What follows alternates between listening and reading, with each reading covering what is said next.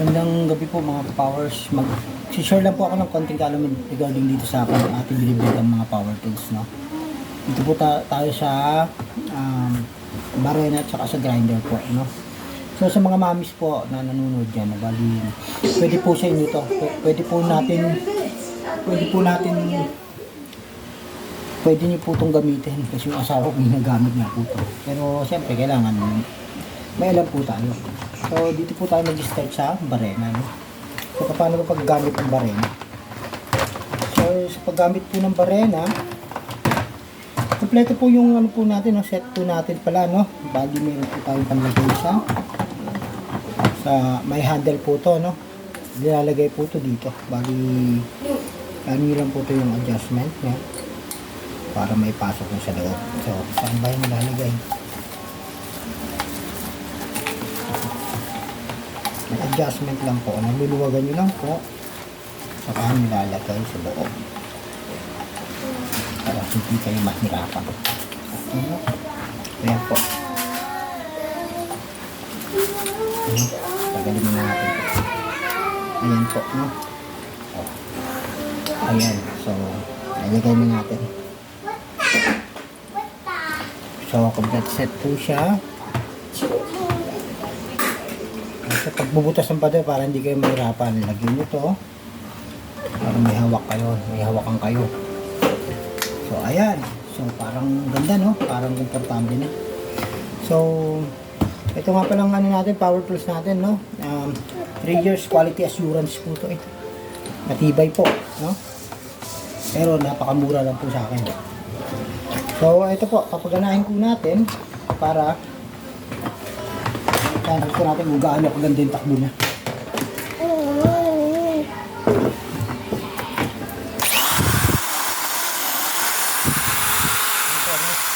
So, importante na may hawakan na ba ito handle. Kung sa ganun, makapwesto kayo at makahawak kayo ng maayos at hindi basa-basa kung saan kayo mahawak. Diba? Kasi importante na nahawakan nyo ito ng maayos kasi lalo kapag wala kayong hawakan, minsan yung mga hindi marunong mawak, hinahawak kung saan-saan, hawak sa mga butas-butas na ganyan. Hindi po pwedeng ganun kasi may mga butas po yan dito na pinaglalabasan ng hangin po yan, no? Na mainit na hangin at saka yung pressure niya po natatakpan, no? So dun po yung maging cause po siya ng pagkasira ng ating power tools. So, dapat po talaga may knowledge din po sa paghahawak na ito. Hindi po basa-basa makahawak ka is ganoon na lang po, no? So, at maingatan rin po natin, maalagaan din po natin na maayos yung ating gamit sa bahay, pang-maintenance natin sa bahay. So paano po ba to? Ito po, may makanya-kanyang may ano po to, may mga pinipindot po dito na makakatulong sa atin na mas mabilis, no? Regarding po dito sa ito po, itong bilog pong nasa ano to, ito po yung manual adjustment speed, no? Itong bilog na po to nakikita nyo. Pampabilis po to ng sa ikot na ito. Kung gaano yung bilis. Kung mabagal lang para hindi masyadong ano na yung kasi ginagamit din po to sa pag ano ng mga tornilyo. So yung iba hindi ganong binibilisan para ma-control nila kung gaano nila ibabaon yung tornilyo. So dito po yan sa adjustment, no? Adjustment speed po, no? So dito po, ito naman pong button na to is ito man tinatawag na backward at saka forward, no? Ito pong hinawakan to, forward po ito. So once na pinorward nyo po siya, pwede nyo na po siyang itama sa pader bago kayo, kailangan naka-forward po yan kapag magbabareno na kayo sa pader, no? Or kahit mag-aano po kayo ng tornilyo, magkakabit, kailangan na forward po siya kasi once na naka-backward po yan, hindi po yung tutusok. So once na naka-forward na po, pwede nyo na po ngayon, no? Then pag naitusok nyo na po, kadalasan po hindi po mahugot. So kung nahihirapan kayong hugutin, i-on nyo lang po ang ating backward. Saka nyo paanda rin. Para hindi na ho kayo mahirapan hugutin. At sa ganun ay maiwasan din po natin ang pagkaputol ng ating mga drill bits, no? Yun po ang isang importante kaalaman po natin dito. So, Ayan po. Mayroon tayong forward, then backward po, no? Pinipindot dyan. So, huwag tayong basta-basta gaganon kung check muna natin kung naka-backward ba yun o ano. So, sa paggamit naman, meron, nakita nyo ito, may button po. Kompleto po ang ating power tools. May button po ditong bilog na to. So, ito po yung automatic hold.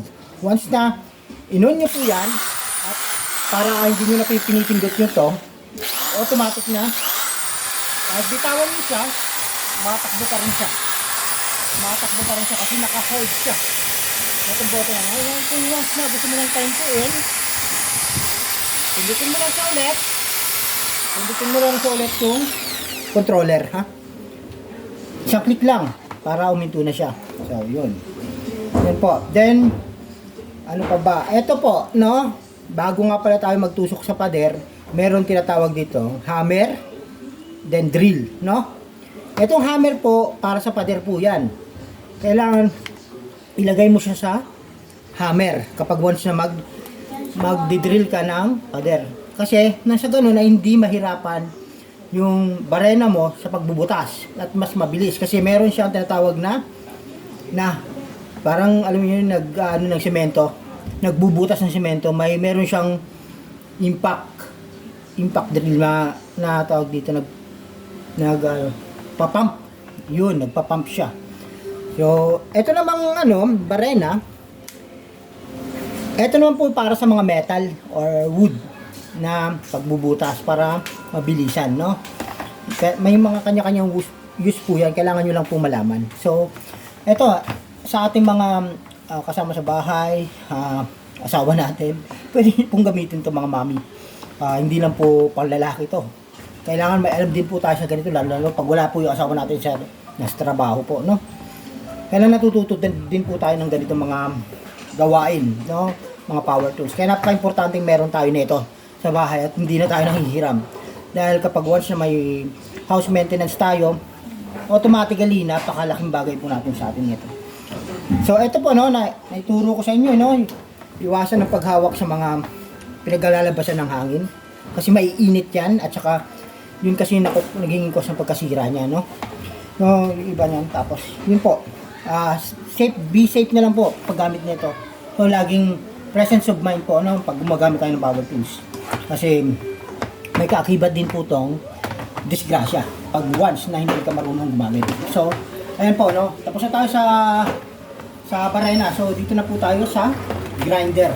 Medyo delikado, no, sa grinder, no. Pero hindi naman po to delikado sa marunong, no. Kaya nga natin itinuturo. So ito naman po yung grinder natin. Kung mapapansin niyo po yung grinder natin, tinatakman ko yung logo ng aking power tools dahil ito exclusive ko lang po talaga to. Dahil itong power tools ko is magandang klase po ito, no. Pero napakamura lang po sa akin. So ito pong power tools dito plastic, no. Alloy po ito, alloy. Kapansin nyo, alloy po yan, ma. Kahit saan nyo pong angulo tingnan.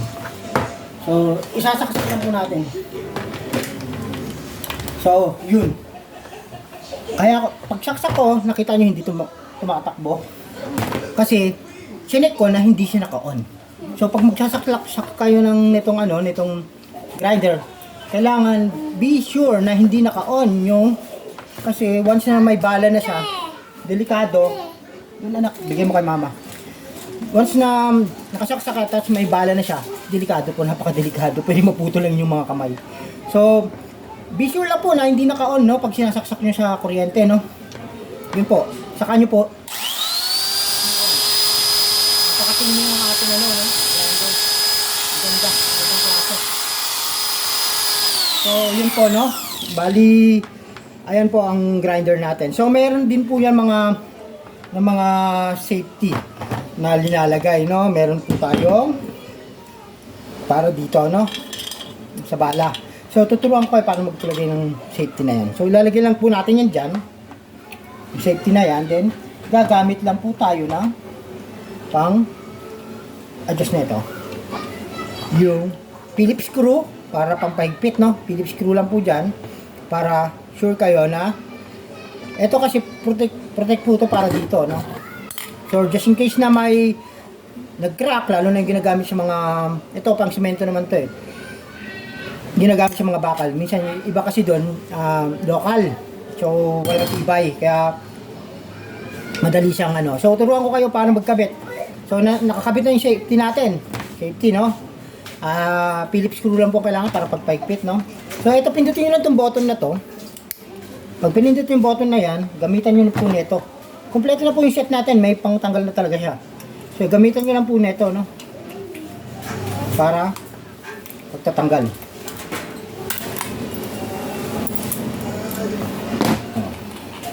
So, pag natanggal nyo na siya, ito lang po yung pagkakabit, no? Ayan lang po, no? Ikakabit nyo lang po dito yan. Then, yung, ano niya, yung ano, no? Ayan po. So, ayan na. Ikakabit nyo na, no? Yun. Yan, pwede na po siyang gamitin para taga safety na siya, no? Ayan lang po, bali, ingat lang po sa paggamit talaga ng grinder dahil medyo ano. At yung sa paghawak po, kailangan din po, huwag nyo takpan yung mga butas dito banda sa pinaglalabasan ng hangin din po. Katulad po na sinabi ko, umawak kayo sa tamang safety. Yung katulad nito dito. Then, minsan dalawang kamay, di ba? Para talagang safe. Dalawang kamay kasi minsan papalo yan ng ganun. Papalo yan. So, kailangan, yung pwersa mo, hindi ka matatalo ng pwersa lalo pag naiipit. So, sa mga mommies at mga daddies dyan na hindi pa gaano marunong dito, yun lang po ang ating tips sa paggamit ng ganito, no? So, assure nyo lang po na basta lagi po nating isipin yung safety natin, no? Sa paggamit nito. Ano lang po tayo. Kung may mga professional dyan, magpaturo po kayo sa mga marunong talaga bago nyo gamitin. Lalo na kung first time yung gumamit nito. Okay? Yun po. Bali, dito po sa ano natin, sa grinder natin, meron din po tayong kinakabit na handle, no? Ito po, ang grinder natin dito basa-basag. Hindi rin ito basa panggamit lang sa panghiwa o pang ano pang. Pwede din po ito pang bapping sa mga stainless, ang dami pong use nito. Ang dami pong use ng power tools na to. Kaya napakalaking bagay po. Ganun din po, pag once na tatanggalin nyo na yung bala, gamitan nyo lang po nito, no, yung pantanggal. So tatanggalin nyo lang niya siya. Pag ililigpit nyo, yung ganun lang po, no. So laging ano yan, So ayan po, no, yung mga ano natin, yung mga safety natin, no. Yun. Ayan po. Ayan lang po ang mga safety natin, no. So andyan na po, nandyan yung mga equipment na kailangan nilagay. Tinuruan ko naman po kayo. Ayan po, no, para panghawak dito. Maganda po yung magkakaano natin. So ayan po. Thank you po, salamat. Magandang gabi. Okay.